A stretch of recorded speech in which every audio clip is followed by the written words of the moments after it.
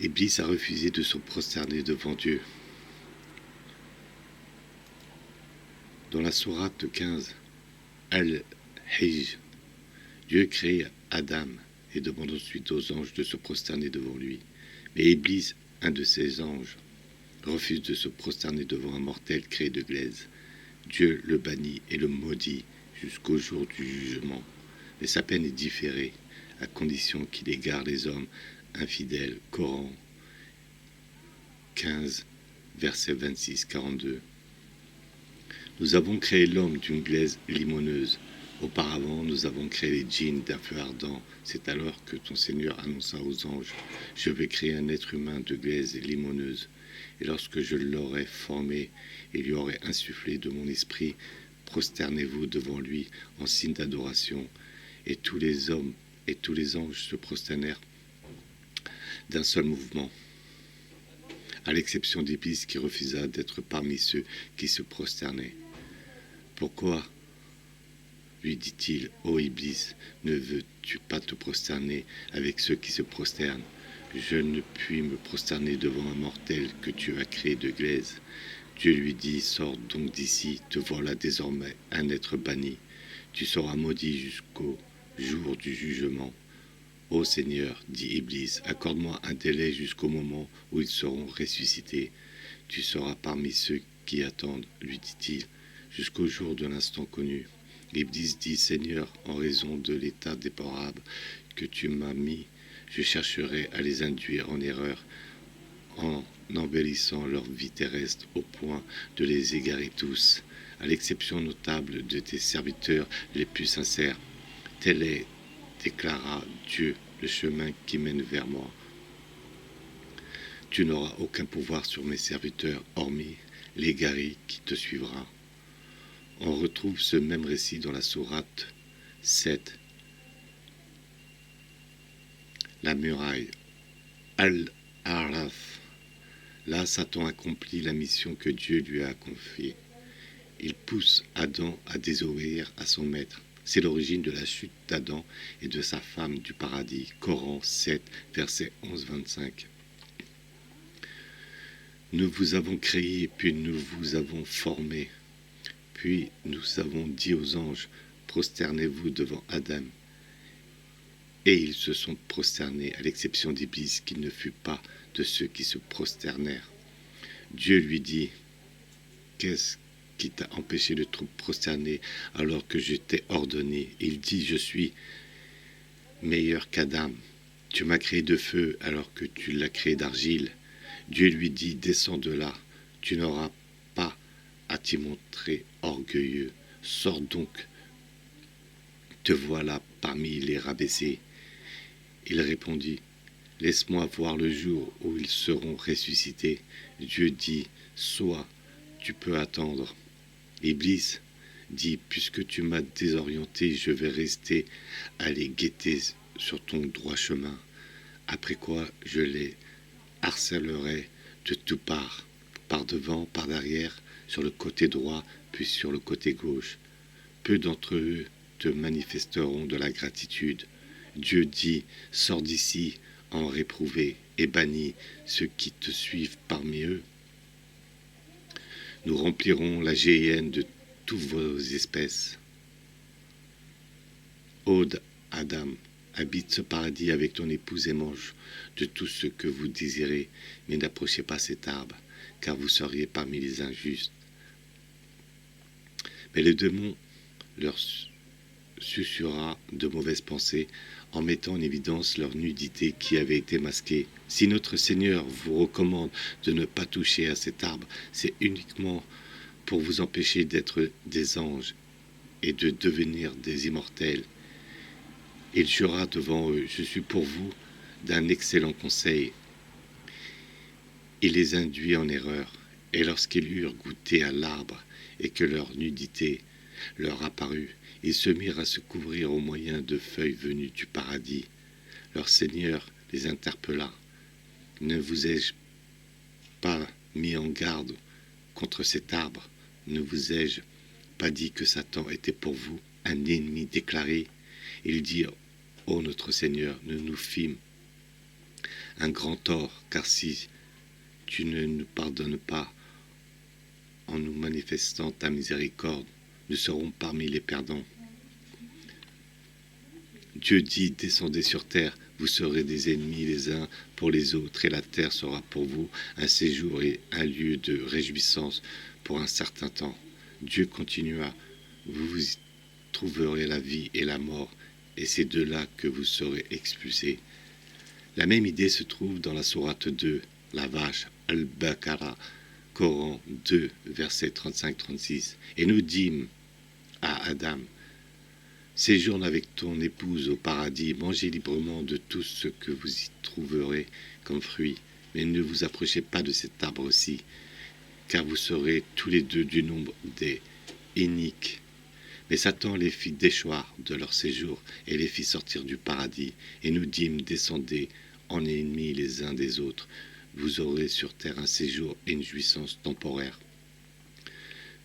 Puis dans de nombreux autres passages du Coran, 17, versets 53-65, dis à mes serviteurs qu'ils prononcent de belles paroles, car Satan est prompt à s'immiscer entre eux. Satan est l'ennemi déclaré de l'homme.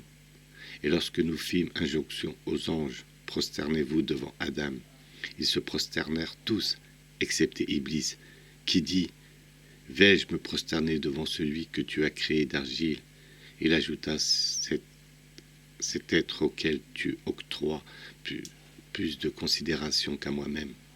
Si tu me donnes un répit jusqu'au jour de la résurrection, je briderai sa descendance à l'exception d'un petit nombre. Va-t'en, dit Dieu, ceux qui te suivront, la géhenne sera votre rétribution, une rétribution conséquente. Suborne de ta voix qui tu veux parmi eux. Fonds sur eux avec tes cheveux et tes soldats. Fonds sur eux avec tes chevaux et tes soldats. Participe à leurs biens et aux enfants et donne-leur de tes promesses. Mais les promesses que Satan fait ne sont qu'une illusion. Tu n'as aucune puissance sur mes serviteurs. Ton Seigneur leur suffit amplement comme défenseur.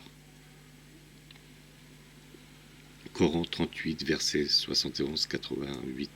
Et lorsque ton Seigneur dit aux anges, je vais créer un être humain à partir d'un peu d'argile, et lorsque j'aurai bien formé et soufflé en lui de mon souffle, vous vous mettrez devant lui en vous prosternant. Les anges se prosternèrent tous, à l'exception d'Iblis, qui se crut supérieur et qui se révéla infidèle. Dieu dit, ô Iblis, qu'est-ce qui t'a empêché de te prosterner devant celui que j'ai créé de mes mains? S'agit-il de ton orgueil ou tu trouves-tu supérieur? Il dit, je suis mieux que lui, tu m'as créé de feu, tu l'as créé de terre. 77. Dieu dit, sors donc de mon paradis, te voilà banni, et ma malédiction couvrira sur toi jusqu'au jour du jugement. Ô mon Seigneur, dit Iblis, donne-moi un délai suffisant jusqu'à la résurrection. Dieu dit, tu auras ce délai jusqu'au jour déterminé. Iblis dit, par ta puissance, je les détournerai tous, exception faite de tes serviteurs les plus dévoués. Dieu dit vérité, et la vérité, je dis, j'emplirai la géhenne de toi et de tous ceux qui te suivront. Dis, je ne vous demande aucun salaire pour cet enseignement, et je ne me suis pas arrogé abusivement une telle mission. Ce n'est là qu'un rappel, le Coran adressé au monde, et vous aurez de ces nouvelles dans peu de temps. Et enfin, Coran 20, versets 116-127. Et lorsque nous demandâmes aux anges de se prosterner devant Adam, ils le firent, mais Iblis s'y refusa. Nous dîmes alors, ô Adam, celui-ci est ton ennemi et l'ennemi de ton épouse. Prends garde à ceux qui ne sortent pas du paradis, vous seriez malheureux, de façon à ne pas avoir à souffrir de la faim une fois sorti de là, et à te trouver nu, à ne pas non plus avoir soif ou brûler sous le soleil. Mais Satan l'a induit en erreur en lui murmurant, ô Adam, Veux-tu que je te montre l'arbre de l'immortalité? 14 est un royaume absolu. Ils mangèrent donc de cet arbre, leur nudité leur apparut. Ils se mirent à se couvrir précipitamment au moyen de feuilles du paradis. Adam a désobéi à son Seigneur, il s'est trouvé dans l'erreur. Mais son Seigneur le rappela à lui, lui pardonna et le remit dans le droit chemin. Il leur dit, descendez tous d'ici, dressez les uns contre les autres, jusqu'au moment où une bonne direction vous parviendra de ma part. Celui qui suivra cette direction n'aura rien à craindre et ne sera pas malheureux, tandis que celui qui s'éloignera de mes avertissements aura une vie exécrable. 15. Et il sera ramené aveugle au jour de la résurrection. Il dira au Seigneur, pourquoi me ramènes-tu aveugle alors que je voyais clair par le passé? C'est ainsi que nos signes te sont parvenus, pourtant tu les as oubliés. Aujourd'hui c'est toi que l'on oublie. Telle est la rétribution que nous réservons à l'impie qui n'aura pas cru au verset de son Seigneur, sans compter que le châtiment de la vie future est encore plus sévère et dure plus longtemps. Iblis est du côté des mécréants. S'il reste soumis à son Dieu, des versets placent Iblis du côté des mécréants. Coran 2, verset 34. Est-ce là que nous dîmes aux anges de se prosterner devant Adam, ce qu'ils le firent, à l'exception d'Iblis qui refusa de le faire et s'enfla d'orgueil, et se trouva alors du côté des mécréants. D'autres versets avertissant les croyants des tactiques de Satan, Coran 2, versets 208 et 268. Ô vous qui croyez, rentrez massivement dans la paix et ne suivez pas la voie de Satan, car il est un ennemi déclaré. Satan vous prépare un lit de misère et vous ordonne la turpitude. Allah, au contraire, promet de vous pardonner et de vous bénir. Il est immense et savant. Ce n'est pas à Satan que les mécréants doivent en vouloir, mais à eux-mêmes. Coran 14, verset 22. Satan dit une fois le décret accompli, Allah vous a fait une promesse fondée sur la vérité. Je vous ai fait une promesse que je n'ai pas tenue, mais je n'avais sur vous aucune autorité, sinon de vous appeler au mal, et vous y avez répondu favorablement. Ne me tenez pas rigueur, mais tenez-vous rigueur à vous-même. Désormais, je ne vous suis d'aucun secours, et vous m'êtes d'aucun secours non plus. J'ai nié les dieux que vous m'associez. J'ai nié les dieux que vous m'associez. Naguère, les injustes auront certes un cruel châtiment.